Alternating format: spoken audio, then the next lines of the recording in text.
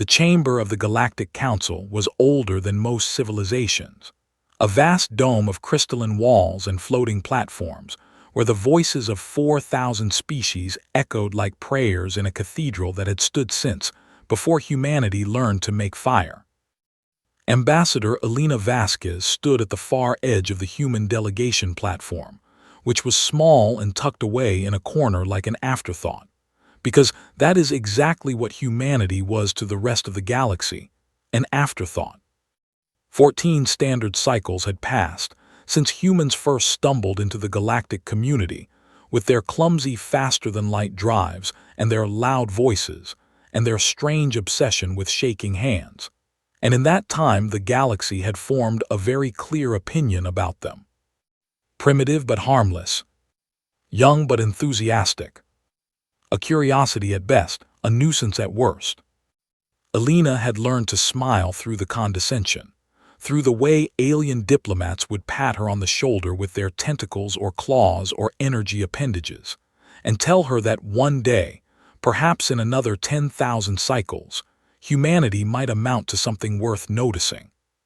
She was smiling now, but the smile did not reach her eyes. The emergency session had been called 6 hours ago, after the news arrived like a blade through the heart of the galaxy. The Velnorath Dominion had glassed Talhari Prime, and 3 billion gentle souls had been burned to ash in the span of an afternoon. The Talhari were the galaxy's favorite species, and everyone knew it.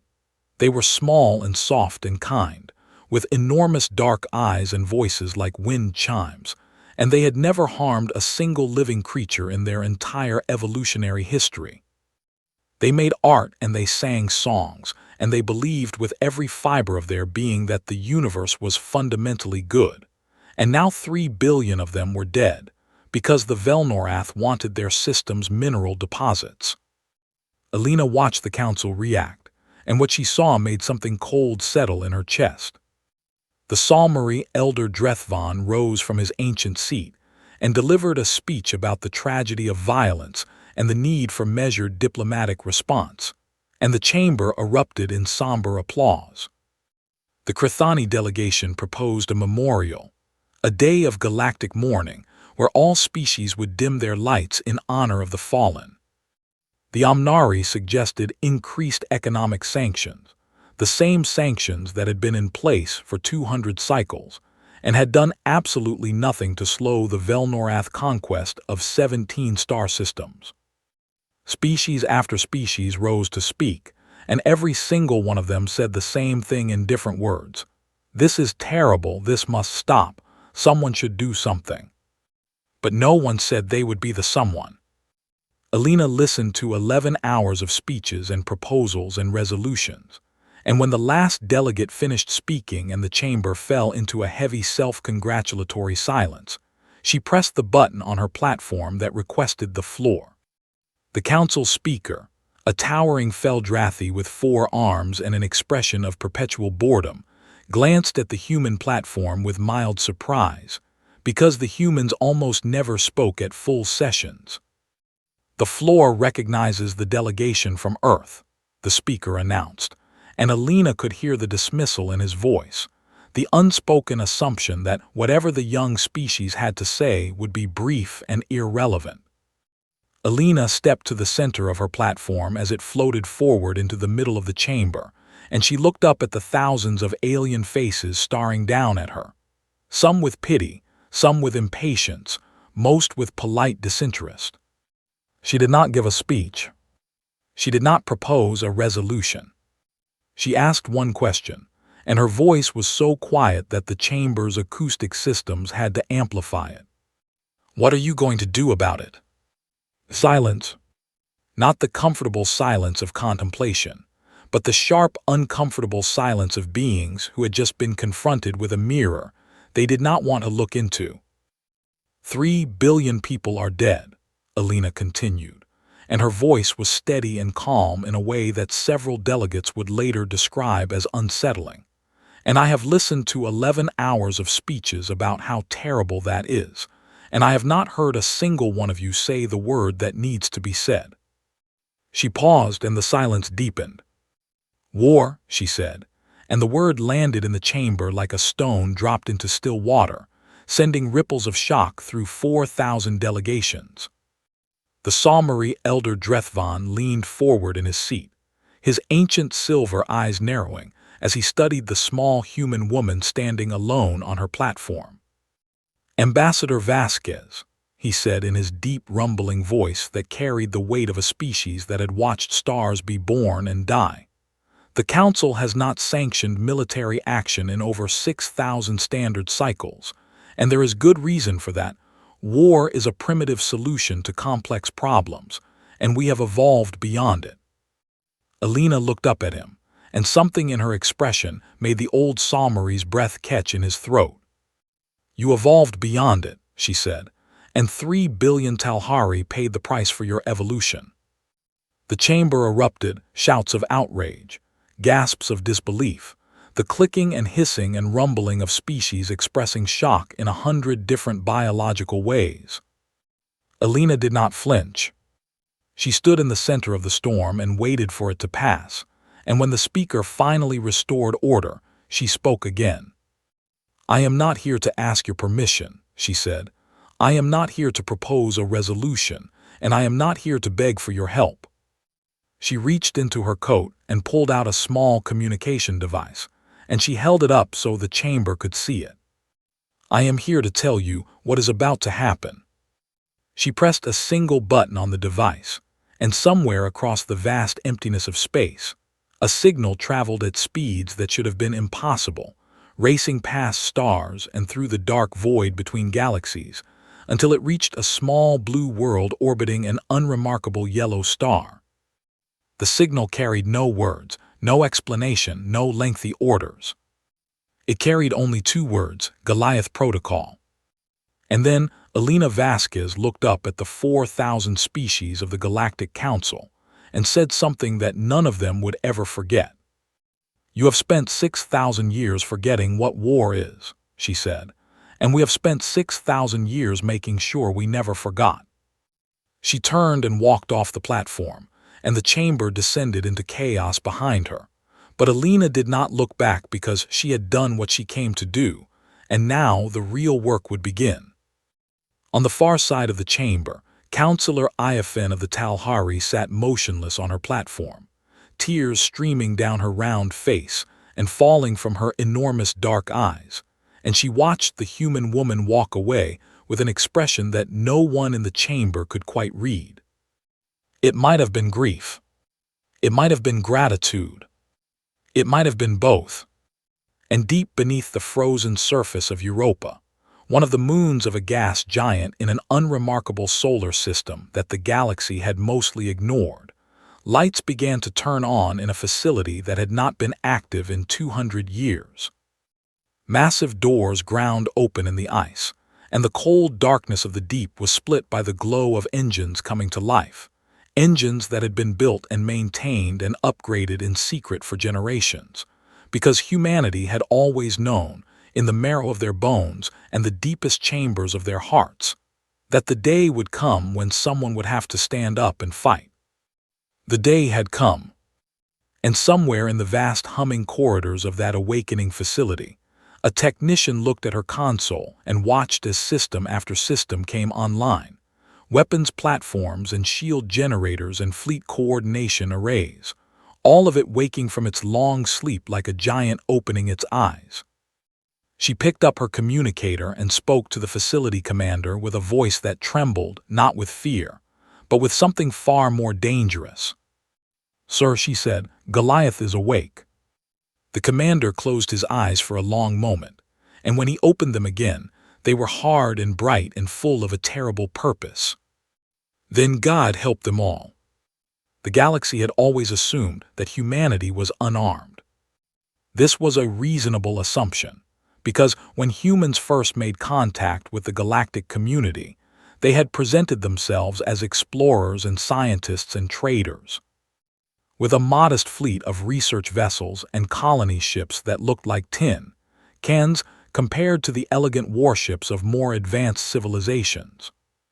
What the galaxy did not know, what no one outside of Earth's most classified vaults had ever known, was that humanity had been preparing for this moment since the day they first looked up at the stars and realized they were not alone.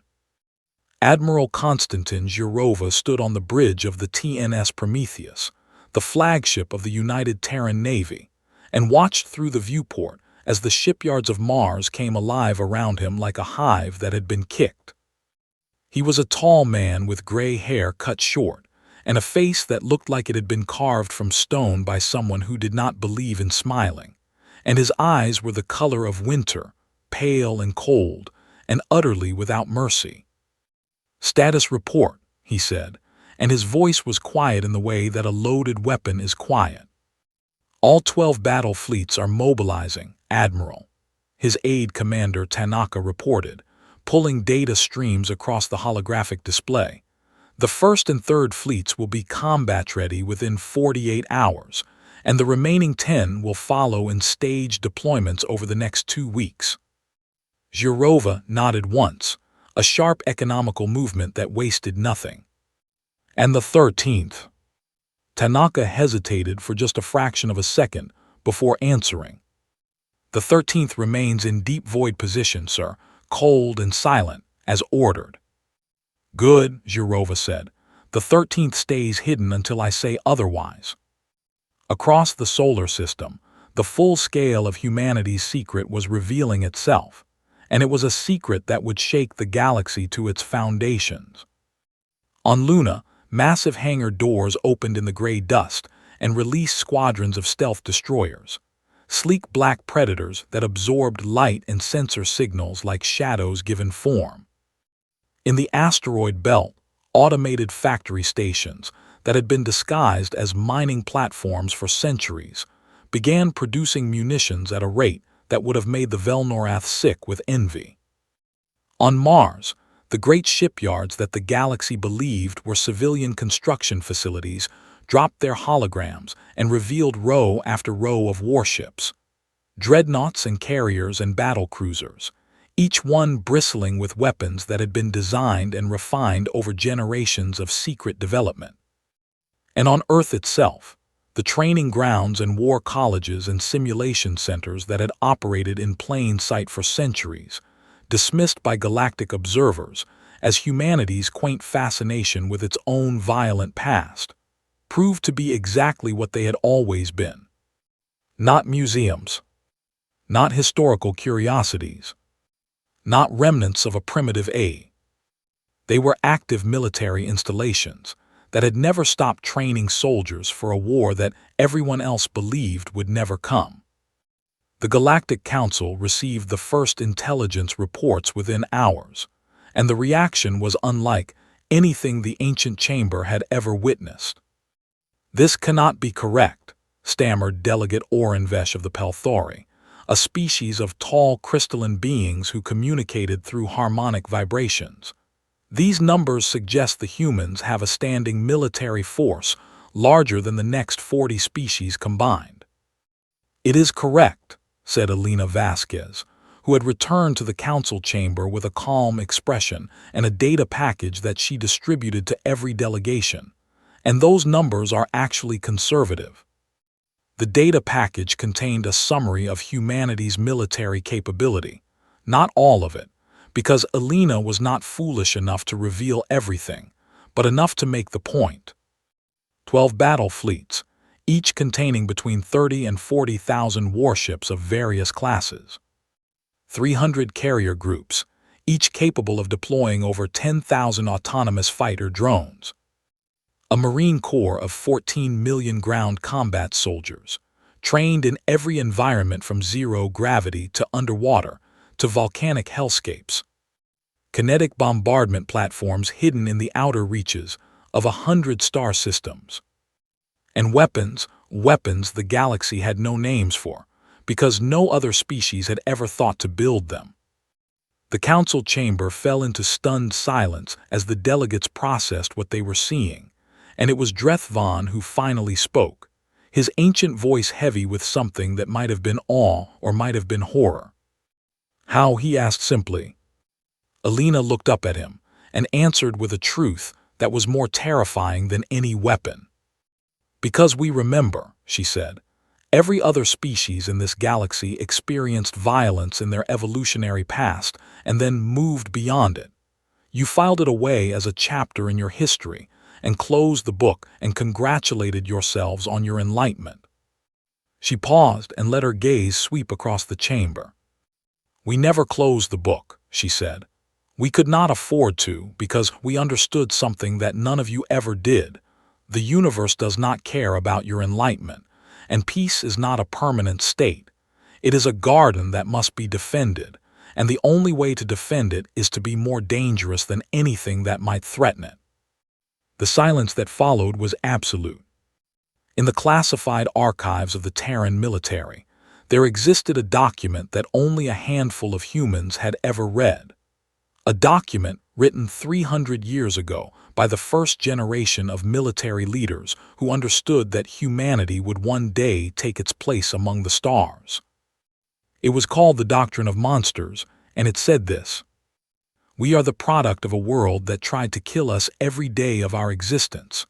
A world of predators and plagues and natural disasters, and worst of all, each other.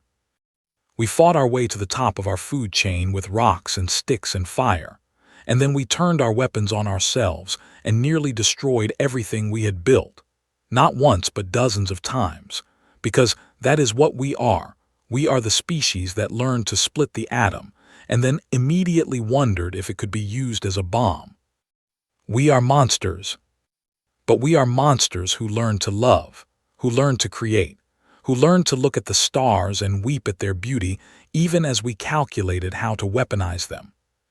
And so we made a choice. We would keep the monster alive, fed and trained and ready, because we knew that one day the galaxy would need a monster, and on that day, God help anything that stood in our way." Admiral Zhurova read those words one more time on his personal display, then closed the file and looked out at the fleet assembling before him. 400,000 warships forming into battle formations, with a precision that would have seemed mechanical if not for the fact that every single one of those ships was crewed by living, breathing human beings who had volunteered to fight. He opened a channel to the fleet.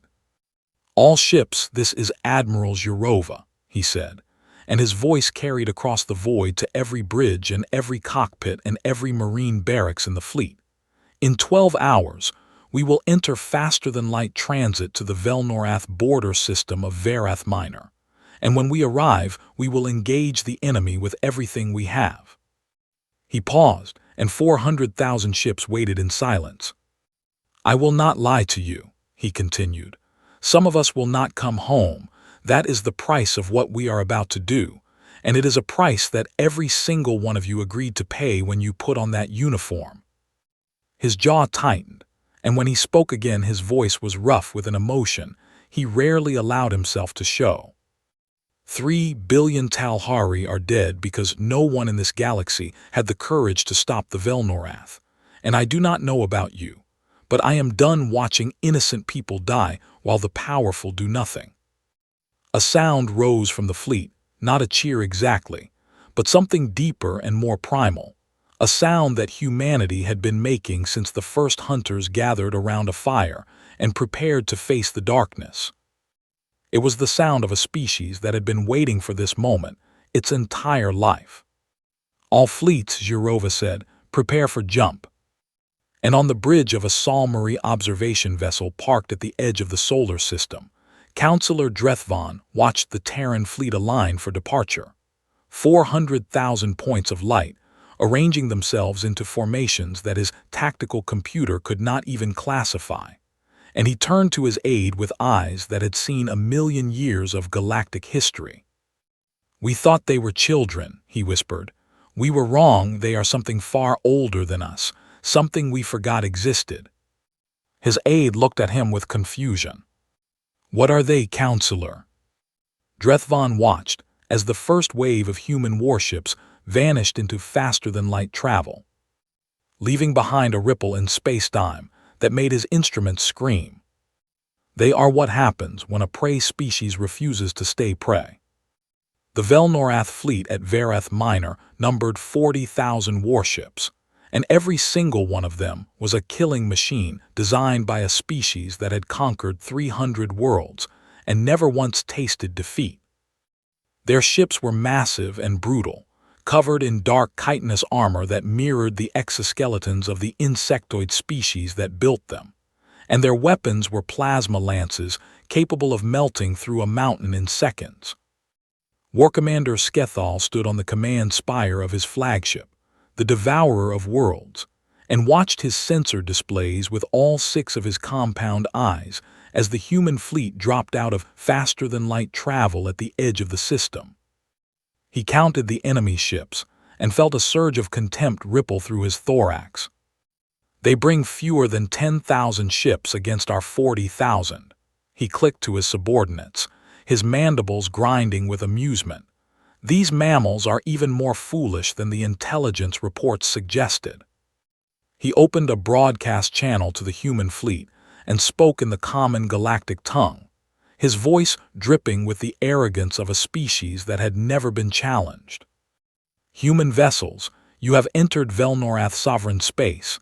Surrender your fleet, and we may allow your crew to live as servants in our labor colonies, or resist and be destroyed as the Talhari were destroyed.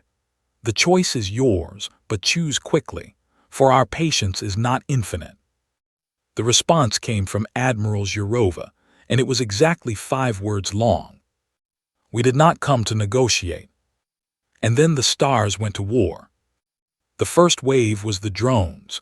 Tens of thousands of them launched from the Terran carriers like a swarm of silver hornets, each one no larger than a ground vehicle, but carrying enough firepower to cripple a frigate. The Velnorath had never seen drone warfare before, because no other species had ever thought to build unmanned combat platforms. The very concept was alien to civilizations that viewed war as a contest between warriors, not machines. The drones hit the Velnorath formation like a wave of razors, slicing through their outer defensive ring and drawing fire away from the main fleet. And while the Velnorath wasted precious seconds trying to swat the swarms out of space, the real attack began. The Terran destroyers came in fast and silent, running without active sensors, using the drone swarms as cover to slip through gaps in the Velnorath formation like wolves slipping through a fence. They struck from angles that should have been impossible, from below the orbital plane, from behind asteroid clusters, from the shadows of Verth Minor's own moons. And each strike was devastating, precision torpedo salvos that targeted engine systems and weapon arrays with surgical accuracy. War Commander Skethal watched 3,000 of his ships take critical damage in the first 4 minutes of the engagement, and for the first time in his career, he felt the cold touch of uncertainty. "How are they coordinating this?" he demanded, his compound eyes flickering between sensor displays that showed chaos spreading through his formation like a disease. "No species can process tactical data at this speed." His sensor officer answered with a trembling voice. "They are not processing it individually, Commander. Their ships are linked through a distributed battle network that shares targeting data and tactical updates in real time across the entire fleet. And the network appears to be partially managed by artificial intelligence systems that adapt faster than our computers can track." Skethal felt something cold crawl up his spine. The Velnorath had always won their wars through overwhelming force and raw aggression. They were bigger, stronger, and more numerous than any species they had ever faced, and their strategy had always been simple: charge forward, crush the enemy, feast on the remains. But the humans were not fighting like any species the Velnorath had ever encountered. They were fighting like predators, patient and coordinated and ruthlessly efficient, never committing to a direct confrontation when a flanking attack would do, never wasting firepower on a target that could be bypassed, always moving, always adapting, always 3 steps ahead.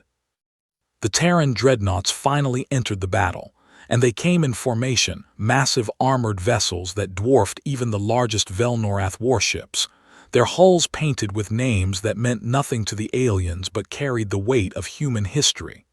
Thermopylae, Stalingrad, Midway, Normandy.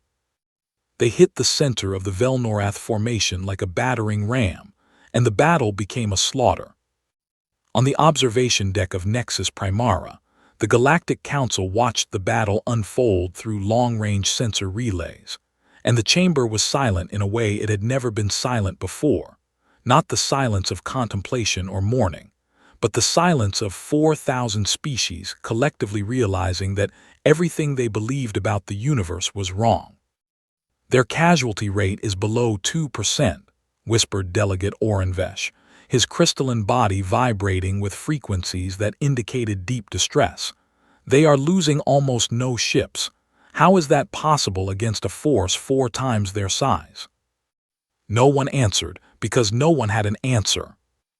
The battle in space lasted 6 hours, and by the end of it, the Velnorath fleet at Verth Minor had been reduced to scattered debris and drifting hulks, and the Terran fleet had lost fewer than 300 ships. But the battle was not over. Admiral Zhirova looked down at the surface of Verth Minor, where Velnorath ground forces had dug into fortified positions around their military installations, and he gave an order that made the galactic observers physically recoil. Deploy the Marines. Drop pods fell from the Terran carriers like metal rain, thousands of armored capsules screaming through the atmosphere, each one carrying a squad of Terran Marines in full combat gear. The Velnorath ground forces watched them come and felt a surge of confidence, because this was where the insects believed they held the advantage. The Velnorath were 7 feet tall with blade arms that could cut through steel, and their exoskeletons could stop most energy weapons, and they had fought and won countless ground engagements against species far larger than humans. The first Marine pods hit the ground and split open, and the soldiers inside came out fighting. The Velnorath had expected the humans to use energy weapons like every other civilized species, clean and precise, and easy to defend against with personal shield technology. Instead, the humans used projectile weapons, crude chemical-propelled metal slugs that punched through Velnorath exoskeletons like they were made of paper, because kinetic energy does not care about energy shields, and a bullet moving at 3 times the speed of sound does not stop for anything short of a solid wall. The ground battle was brutal and close, and absolutely terrifying for the Velnorath, because the humans did something that no species had done to them in 3,000 years of conquest. The humans fought them hand to hand. When the ammunition ran low, and the corridors of the Velnorath bunkers became too tight for firearms, the Terran Marines drew combat knives and closed the distance, and the Velnorath learned a terrible truth about the small, soft creatures they had dismissed as prey. Humans were not fast. They were not strong. They were not armored. But they were relentless in a way that defied biological understanding. They took wounds that should have killed them and kept fighting. They watched their squadmates fall and turned their grief into fury. They screamed and bled and broke bones and never once stopped advancing. A Velnorath officer would later describe it in his surrender deposition. We cut them and they kept coming. We broke their limbs and they fought with the ones that still worked. We killed 10 of them and 20 more appeared. They were not soldiers. They were a force of nature wearing uniforms, and we had no doctrine for fighting a hurricane. The battle for Verth Minor ended 11 hours after it began, and when the last Velnorath installation fell silent, the Terran Marines planted a flag on the highest point of the colony, not a Terran flag, but a Talhari flag, the soft blue and silver banner of the species that had been burned to ash on their own world. On her platform in the council chamber, Councillor Iafen of the Talhari saw that flag through the sensor relay, and she collapsed to her knees and wept with a sound that broke the hearts of every species that heard it.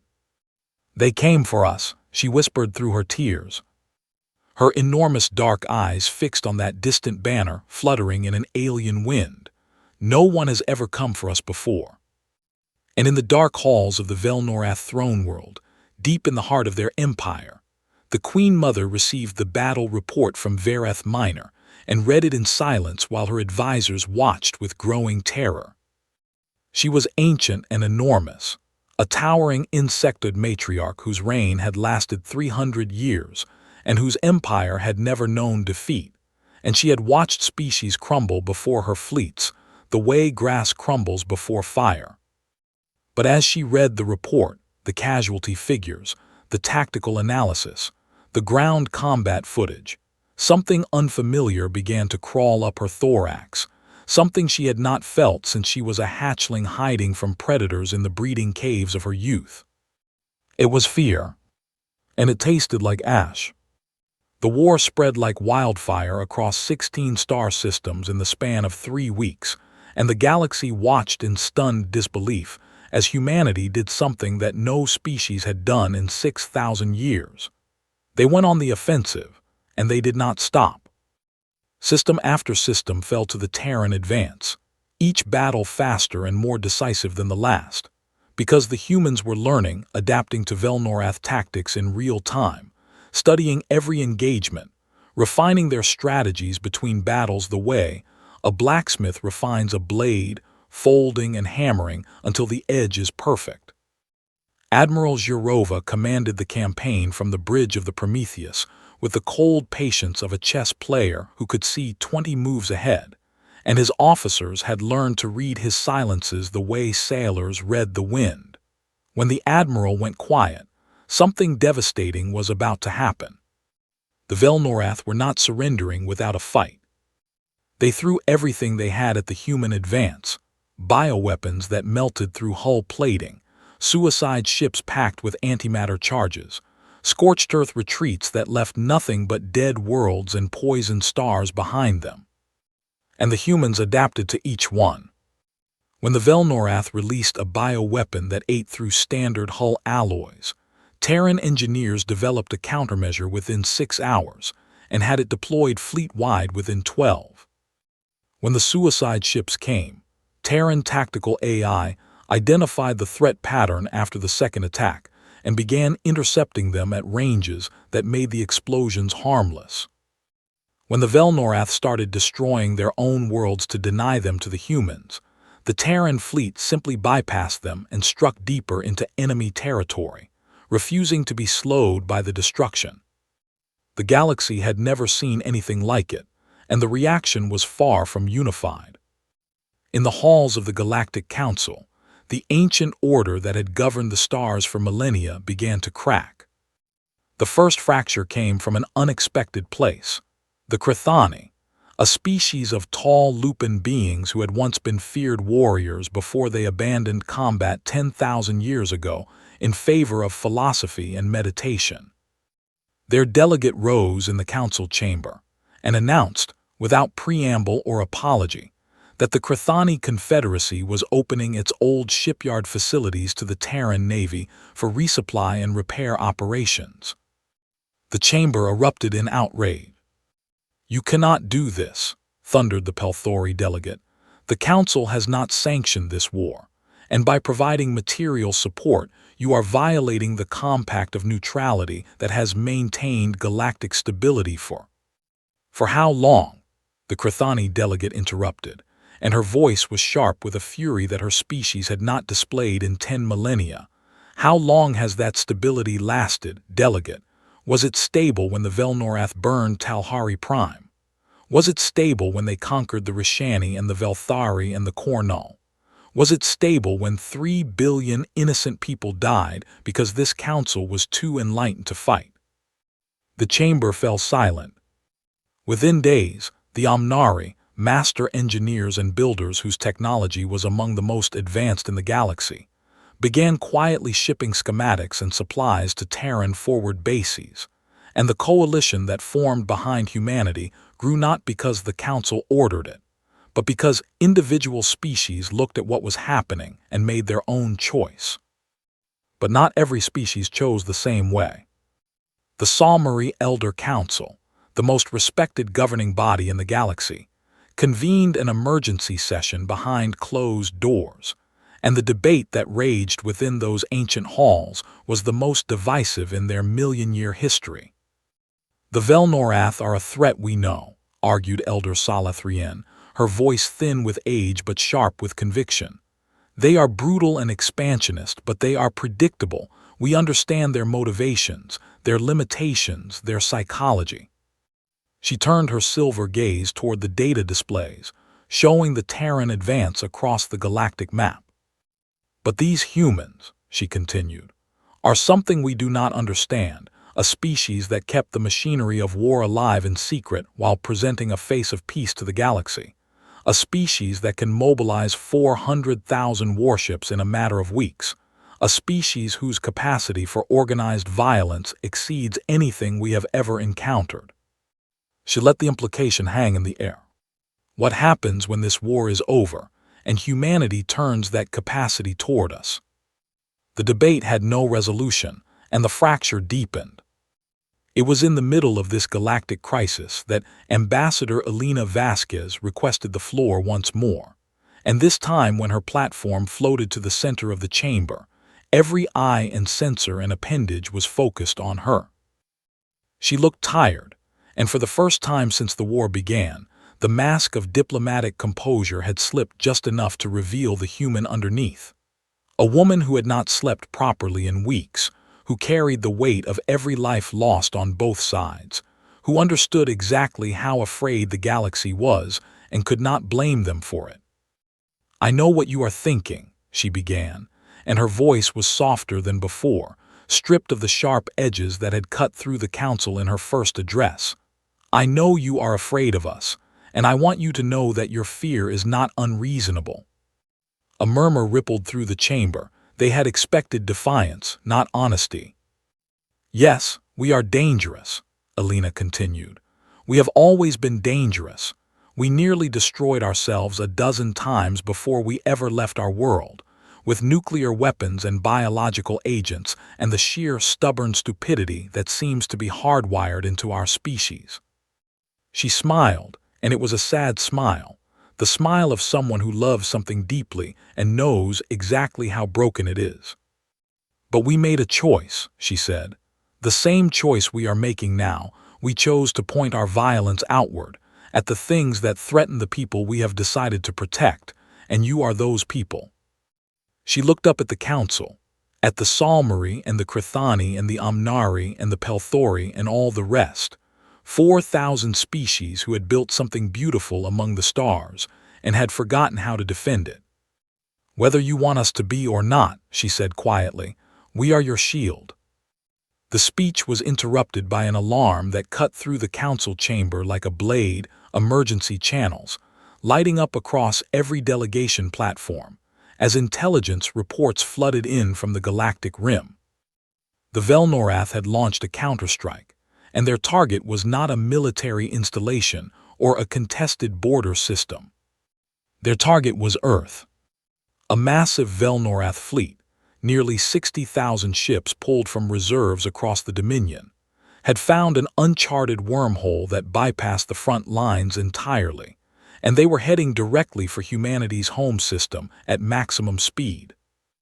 The council chamber descended into panic, because everyone understood what this meant.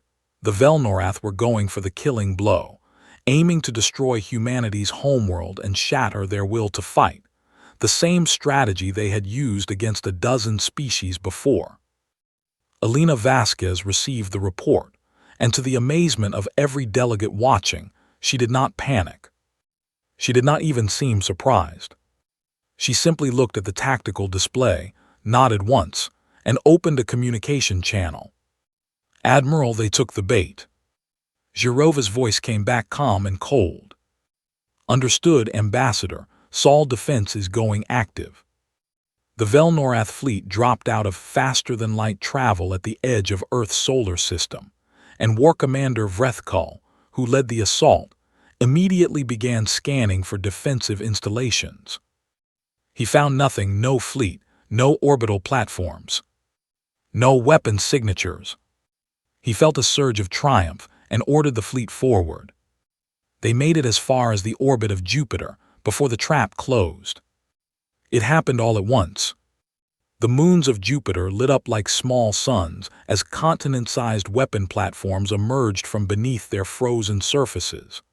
Platforms that had been hidden for centuries, maintained by automated systems and protected by ice and rock, and the sheer audacity of their concealment.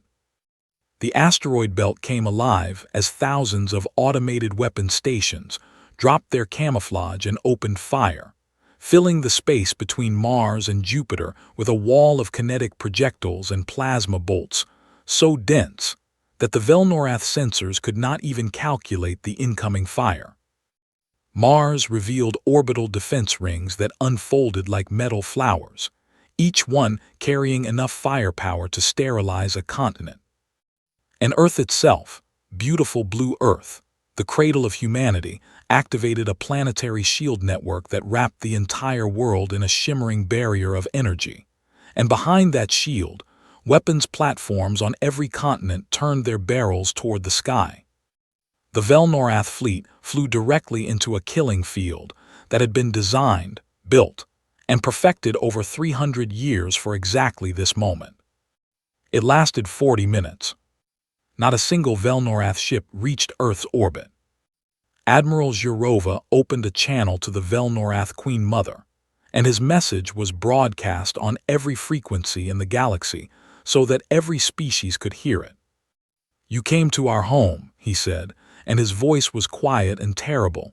"That was your last mistake." In the wreckage-filled silence that followed, as the debris of 60,000 Velnorath ships drifted through the solar system like metal snow, Zhurova gave one final order. "Activate the 13th Fleet." Deep in the void between stars, in the cold, empty darkness where no sensors looked and no ships traveled, something stirred, a ghost fleet that had been hiding in the black for decades, silent and patient and waiting for this exact moment. The 13th Fleet powered up its engines, and its destination was the one place the Velnorath believed was untouchable. Their home. And Alina Vasquez stood on her platform in the council chamber and watched the tactical display update with the 13th Fleet's trajectory. And she thought about 3 billion Talhari who would never see the stars again. And she thought about the soldiers who had already died. And she thought about what was coming next.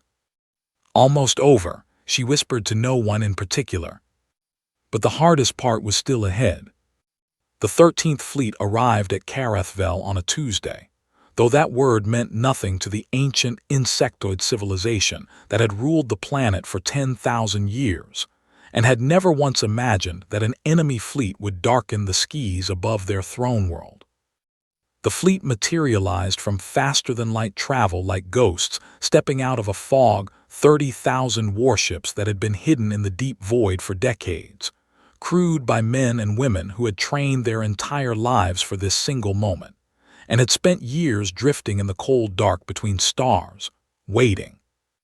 Admiral Zhurova stood on the bridge of the Prometheus and looked down at Karathvel through the viewport, and he saw a world of dark forests and towering hive cities, a world that was alien and terrible and beautiful in its own way, a world that was home to billions of living creatures who had not chosen this war any more than the Talhari had chosen to be burned.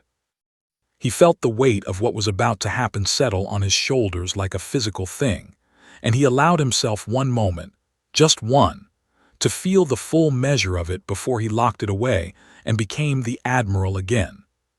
The Velnorath home fleet was waiting for them. It was smaller than it should have been, depleted by the losses at Verth Minor and the disastrous assault on Earth and the grinding campaign across 16 systems.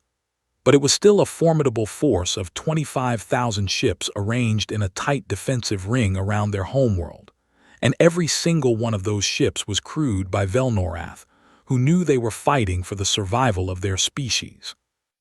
War Commander Skethal, who had survived the defeat at Verth Minor and had been recalled to defend the throne world, stood on his bridge and watched the human fleet take formation, and he felt the fear again, that cold alien sensation that had crawled up his thorax after his first defeat.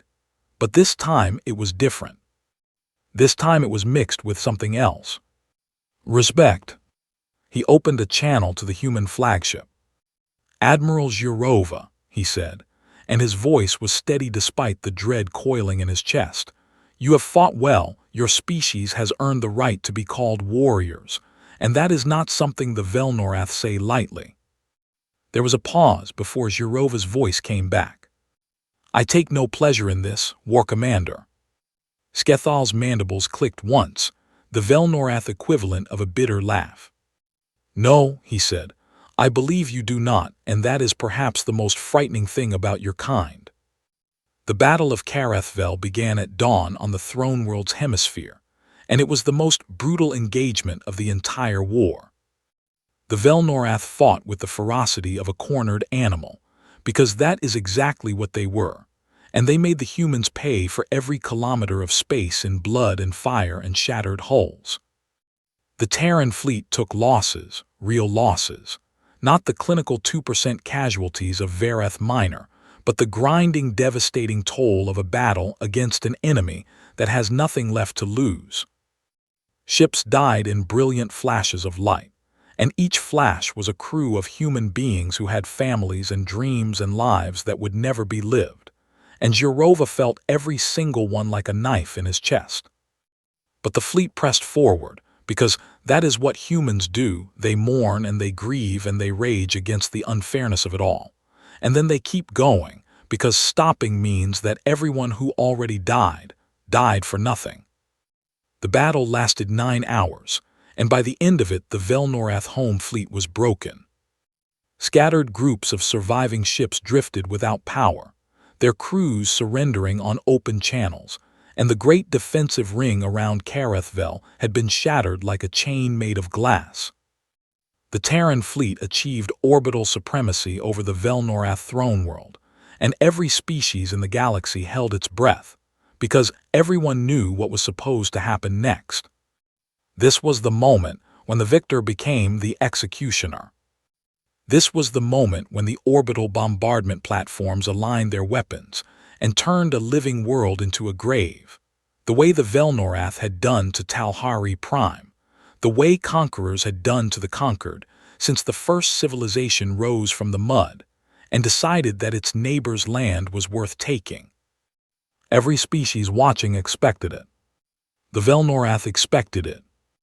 Even some of the humans expected it, because they knew their own history, and they knew what their species was capable of when rage and grief and righteous fury burned hot enough to melt mercy into nothing.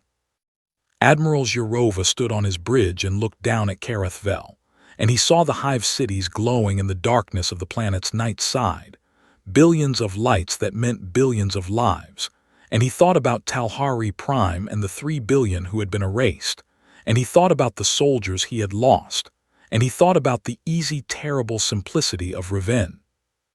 He closed his eyes, and then he opened a channel to the Velnorath Queen Mother. "Your Majesty," he said, and his voice was weary but firm, "this war is over, your fleet is destroyed, your empire is in ruins, and my weapons are pointed at your world." The Queen Mother's voice came back through the channel, and she sounded old in a way she had never sounded before. Not the ancient authority of a 300-year reign, but the brittle fragility of someone who has been broken. "Then finish it, human," she said. "Do what conquerors do, glass my world as we glass theirs, and let the universe judge which of us was the greater monster." Zhurova was quiet for a long moment, and in that silence the entire galaxy waited. "No," he said. The word hung in the void like a star being born. "Here are my terms," he continued. "Unconditional surrender of all Velnorath military forces, complete disarmament under Terran supervision, war crimes tribunals for every officer who participated in the destruction of Talhari Prime, full reparations to every species your dominion has conquered or harmed, and you, personally, will face judgment before the Galactic Council for the crimes committed under your reign." He paused. "In exchange, your world lives, your people live, your civilization lives. And when the tribunals are complete and the reparations are made, the Velnorath will be given the opportunity to rebuild, and, if they choose, to rejoin the galactic community as a member species rather than a conqueror. The Queen Mother was silent for so long that Zhurova's officers began to wonder if the channel had been cut. When she finally spoke, her voice was barely a whisper. "Why?" she asked, and it was not a strategic question or a diplomatic probe.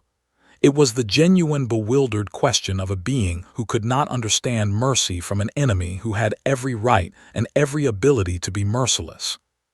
"Why would you spare us after everything we have done?" Zhurova looked down at the planet below, and when he answered, his voice carried a weight that had nothing to do with military rank. "Because we know what we are," he said. "We know the monster that lives inside us, the one that is screaming right now to burn your world and salt the ashes, and we choose, every single day, to be something better than that monster." He took a breath. "That is what makes us human, not that we are incapable of cruelty, but that we are capable of it and choose mercy instead." The Velnorath Queen Mother surrendered. The war ended not with a final explosion, but with a silence that spread across the galaxy like dawn spreading across a world that had endured a very long and very dark night. In the days that followed, the Galactic Council offered humanity something that had not been offered to any species in 10,000 standard cycles: a permanent seat on the High Council, the inner circle of the galaxy's most influential civilizations. Ambassador Elena Vasquez accepted with a grace that belied the exhaustion in her eyes, and when she took her seat for the first time on the elevated platform reserved for the High Council members, she looked out at the chamber and saw 4,000 species looking back at her with something that had not been there before. Not pity, not condescension, not polite disinterest. Something that looked very much like hope. In the weeks and months that followed, species across the galaxy began to study human history for the first time, not the sanitized version that humanity had shared during their early years as a council member, but the real history, the unvarnished, brutal, beautiful, terrible truth of what humanity had been and what it had done to itself. They read about the world wars and the genocides and the nuclear standoffs and the centuries of slavery and colonialism, and they were horrified. They read about the art and the music and the poetry and the love stories and the acts of impossible kindness that existed alongside the horror, and they were confused. And then they read about the way humanity had looked into the mirror after each atrocity, had seen the monster staring back, and had chosen, again and again and again, despite every failure and every backslide and every dark chapter, to try to be better. And they began to understand. Councillor Drethvan, the ancient Salmari elder who had watched humanity with suspicion, and then with awe, rose in the council chamber one final time to deliver the last address of his long career. "We have lived among the stars for 1,000,000 years, he began, his silver eyes moving slowly across the chamber, and we believed we had seen all that the universe could produce. We were wrong." His gaze settled on the human delegation, on Elena Vasquez sitting tall in her high council seat with shadows under her eyes and steel in her spine. Humanity is not the strongest species, nor the fastest, nor the longest-lived by almost every metric we use to measure civilizations. They are unremarkable. He paused, and when he continued, his voice carried the resonance of someone delivering a truth he had spent a lifetime searching for. "But they are something none of us ever were. They are a species that stared into the abyss of its own extinction, caused by its own hand, and chose to survive anyway, not by becoming less dangerous, but by choosing what to be dangerous for." He drew himself up to his full height, and for a moment the ancient Salmari looked young again. "They are not warriors because they love war," he said. "They are warriors because they love everything else too much to let it be destroyed. The galaxy did not know it needed guardians, but it has them now." His voice dropped to barely above a whisper, but every being in the chamber heard it. "And God help anything that threatens what they have chosen to protect." The chamber erupted in a sound that had no name, not applause, not cheering, but something deeper and more universal. The sound of 4,000 species acknowledging a truth they had all felt but could not articulate until an old man put it into words. Elena Vasquez sat in her seat and let the sound wash over her. And for the first time in months, she allowed herself to feel something other than duty and grief and determination. She felt proud, not of the war and not of the killing, and not of the terrible things her species had done and would always be capable of doing.